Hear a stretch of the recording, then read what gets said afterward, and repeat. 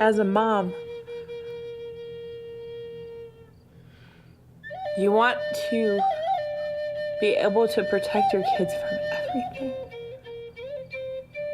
And when you're stripped of that, I didn't know how to be without my kids. I still don't. This is South Dakota. So they had warehouses full of Indian kids, and they're still there today. I mean, Indian kid after Indian kid was taken away from their parents and put up for adoption. The state can come in and take kids any time of the day, any time of the night. So there'll be more children going to the foster home. That's how it works.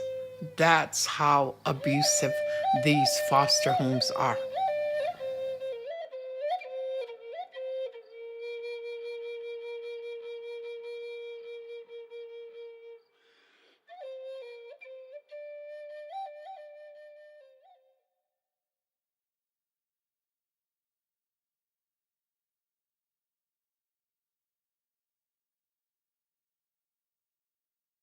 They took the boys exactly 1 week after Aiden's first birthday. That was the hardest thing. Thinking about them waking up the next morning, not knowing where they're at, crying. Everything was happening so fast. They took my boys, they took my old lady, they took me. They stun gunned me that night. I had scars up and down my legs. I was beaten. I was thrown in a cell. And when I got up, my whole life was turned upside down.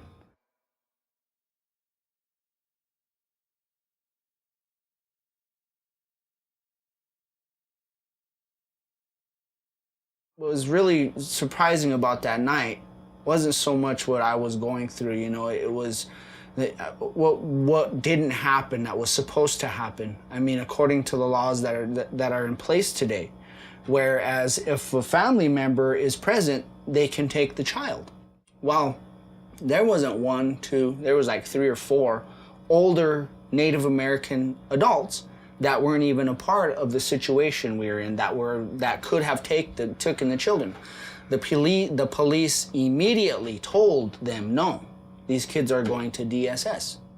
When they took my grandsons, I came to see what was going on, and I went to see the 2 boys at the social services with my son. Well, when I told the court that I was the grandmother and I was there to get my grandsons to take them home, they told me I had to adopt my grandsons, and before I could see them, I had to take fostering and adopting classes. I did everything they said. I complied with them. I did their classes. I did the home visits.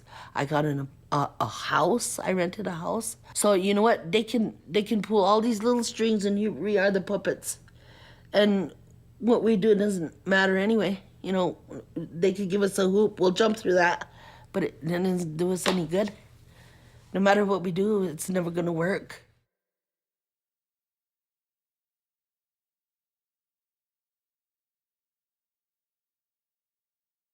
That day in court, they severed our rights, and then I was expected to go and say goodbye. I was told I had an hour to say goodbye to my kids and tell them that you love them and it's not their fault. I have an hour with my kids. And you want me to tell them that I'm sorry. I just wish they'd give my grandsons back, you know? If there was guns, if there was big drugs, if there was prostitution or all that yucky stuff going on in my son's home, I could see them, you know, taking the children away, but over just some argument and fighting to break up this family? The goal of social services, of DSS, is not to tear families apart. It's for reunification of families and keeping that family unit whole. So why aren't they doing that here in South Dakota? If ICWA is being followed, no Native child should be placed with a non-native family. Not that they're bad, but they should be with their own, with their people, to learn their culture, to learn their history of who they came from, hopefully where they're going to, and they should be always around their Teoshpai, their family. A child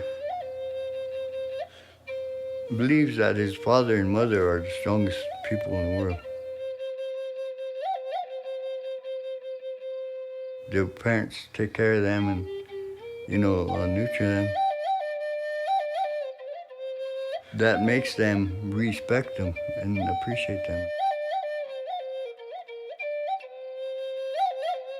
Whenever they think their parents are the strongest people in the world, then DSS comes and slaps them aside, and says, you're doing that wrong, or you have to do this, and you either straighten up or I'm going to take these kids away, put you in jail. And all the respect, all the appreciation, it's all gone.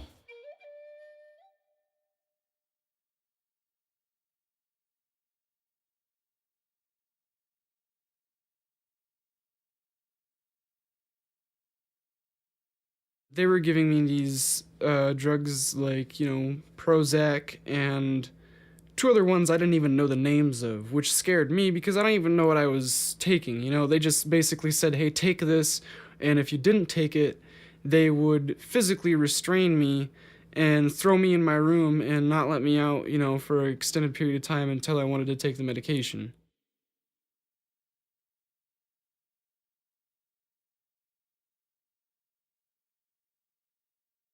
I don't remember any doctor, sitting down and saying this is what you're taking or anything. They just kind of conveniently come up to me and say, hey, this is a new court-ordered, medication that you have to take because of such and such whatever, behavioral report or whatever. And they'd be like, this is what you're taking now. And I didn't see a doctor. I didn't have consent. My mom didn't have consent. They basically just said, you take this or you're in trouble. So when you were taken when you were little, why were you taken away? I don't know. They told me, what they had told me was that my parents didn't want me anymore, pretty much. Well, that my mom didn't want me anymore and that nobody really cared. Why did they tell you that? I don't know.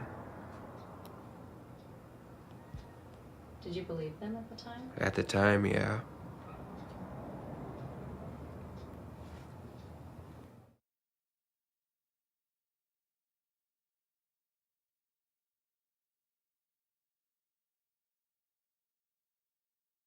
When you were away from your mom, from your family,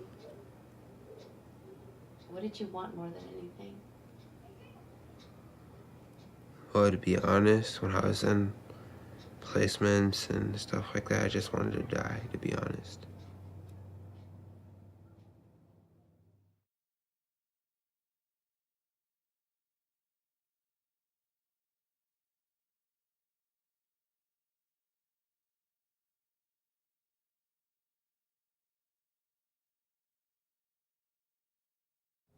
There are some kids in Mobridge right now that are living in dire straits that are Caucasian. They're left there. You put a Indian or indigenous person, same exact situation. 100% of the time they're gonna get taken and told they're unfit. Push for parental right termination. I feel like I have to go to the hospitals and give these booklets out to these Indian girls to tell them this is what you need to do if you ever get your kids taken away. Here you have a manual for learning how to breastfeed and all this kind of stuff. Well, here's a manual to get your kids back. They make money off of our kids. The more Indian kids they have in the system, the more money they get. Every day I go through this every day. I don't cry every day. I don't get busted up every day, but every day in my heart, I know there's something gone. something that isn't right. You take a man's firstborn son away from him. Firstborn son, my pride. And it's tough to have pride anymore. Look what they done to that mother, and they done to my son. And I can't even see my grandkids. How do you undo blood? How do you undo that? How can you say those are no longer members of your family? How could they undo that?